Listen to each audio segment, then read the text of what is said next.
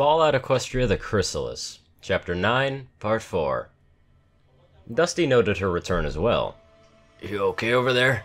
No, Sickle grumbled, snorting.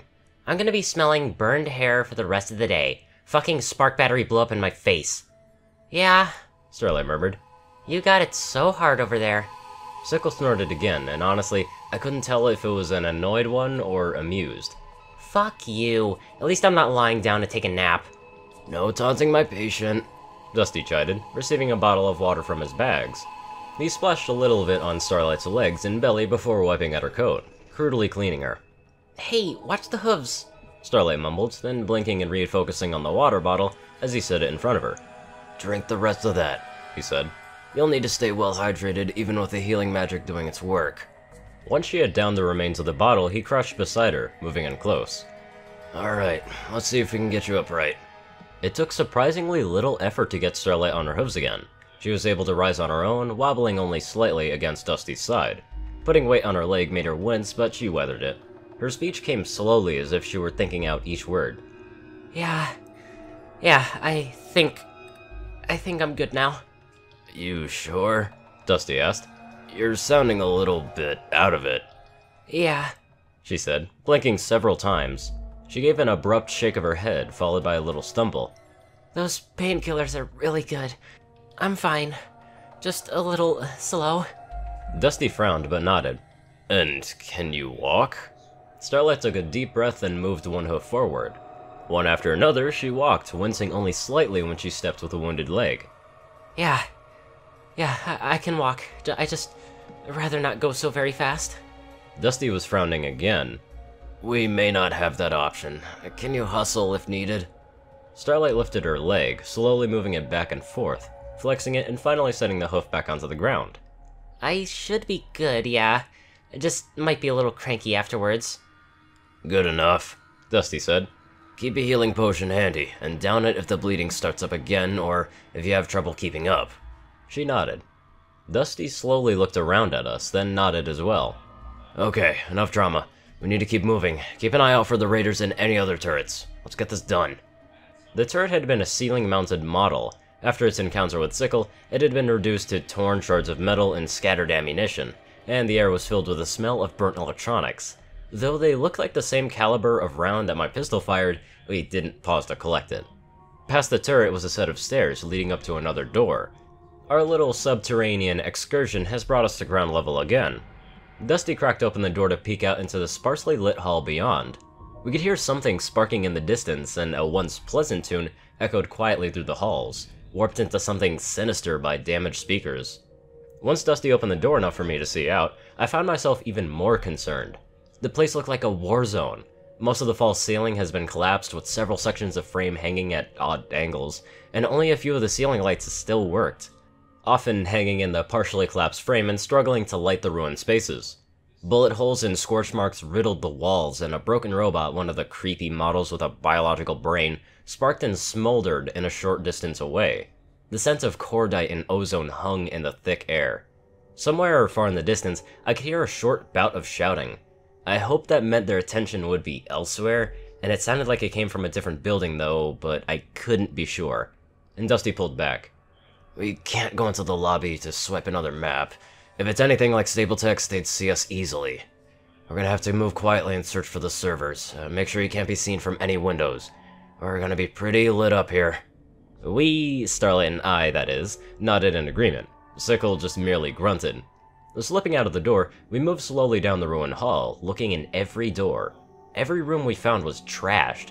Desks were overturned or broken, papers were scattered and burnt, and in one office, the ceiling had completely given away, with twisted rebar barely holding the collapsed concrete together to form a crude steep slope leading upstairs, and a heap of ruined desks and office dividers piled at its base.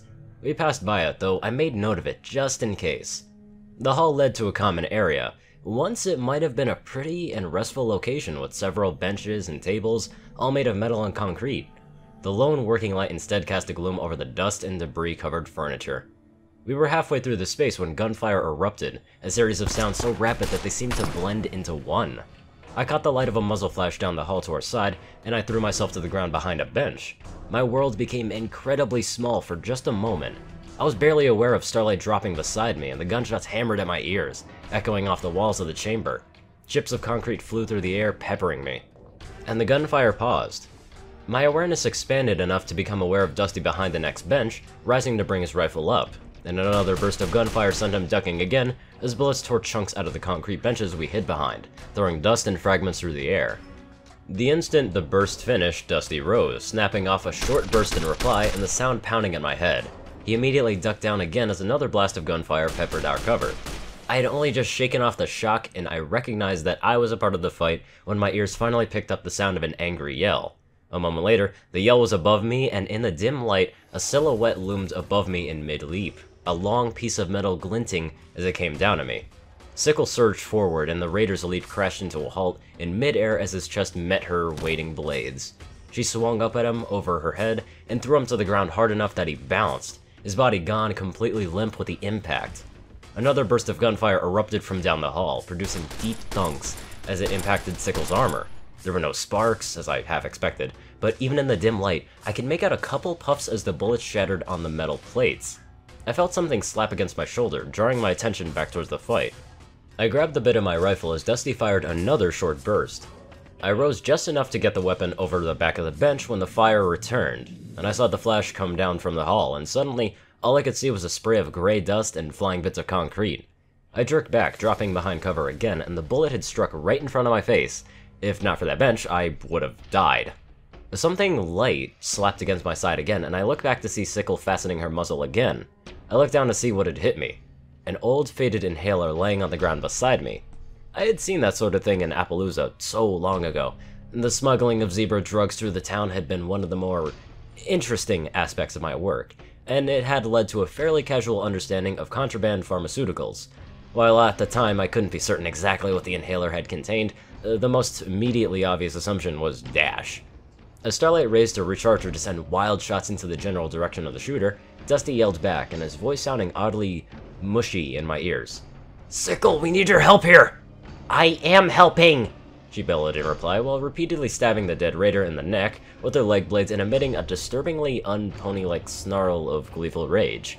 With adrenaline coursing through my veins, I rose again, and this time, I twisted to get my rifle over the back of the bench while exposing as little as possible. Aiming was impossible, but I reasoned that heartily made a difference. I'm not a terribly good shot to begin with, and I made up for it by simply holding the trigger down, answering the incoming fire with a roar of my own. The instant the bolt slammed shut on an empty chamber, another blast of gunfire peppered our position, and Dusty fired off a short burst of his own, momentarily drowning out everything else, but was forced behind cover again as a new gun opened up. The sound was deeper and slower, and the impacts chewed chunks out of the concrete bench, rapidly tearing away at Dusty's cover. I was halfway through swapping out magazines when Sickle stepped over me. Fucking catch! She roared, throwing the severed head of the dead raider while bullets smacked into her armor. I was informed later that she hit one of the shooters square in the face, and then she leaped over the bench and charged, snarling like a wild animal. And she sounded happy. Dusty was up immediately, and Starlight and I followed his example. I was up just in time to see Sickle lunge through the doorway, and there was a flash of light from within, and a short, rapid burst of gunfire, and the gun fell silent. Dusty quickly moved forward with his smooth gliding walk, rifle leveling unerringly down the hall. A deeper gunshot sounded from around the next corner, the muzzle flashed bright in the dim space. It was answered with a bellow from Sickle. Motherfucker! The gun fired again, this time a long burst as the pony held the trigger down. The muzzle flashes cast a strobe of light over the scene as Sickle barreled out past the end of the hallway to charge the shooter. We reached the corner just 2 seconds later, and Dusty snapped to a halt, aiming his rifle around the corner while hardly exposing himself. Myself, I skidded on the scattered grit and rubble, sliding out a bit further before halting my progress. I was just in time to see Sickle throw her head to the side, flinging a stallion off her armor's horn and into a wall. Flashes lit up the hall past her as more ponies opened fire, and several more moved around. It was all a vague blur as I scrambled back behind cover, and behind the fusillade of fire, I could only barely hear Sickle's answering roar, and Dusty pulled back. "Star, take this cover! Fall back if they push you! Whisper, on me!" With that, he bolted back down the hall we had just come down, and I rushed after him. The gallop slowed to a brisk trot as we entered the common room again, and turned right. I understood his intention then. He was moving around behind the group we had just seen. A silhouette came running around the next corner of the dark hall, something long clasped in her teeth. Dusty's rifle barked twice, and the pony's run turned into a tumble.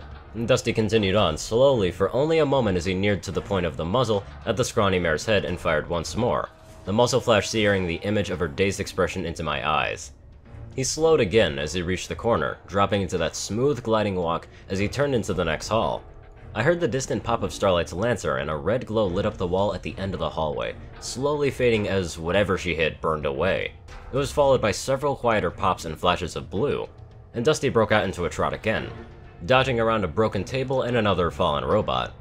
He halted at the corner, casting a glance behind to make sure I was right behind him. Around the corner, we could hear more sporadic gunfire and another sharp lancer discharge. With just a nod for warning, Dusty raised his rifle and rounded the corner, and I followed.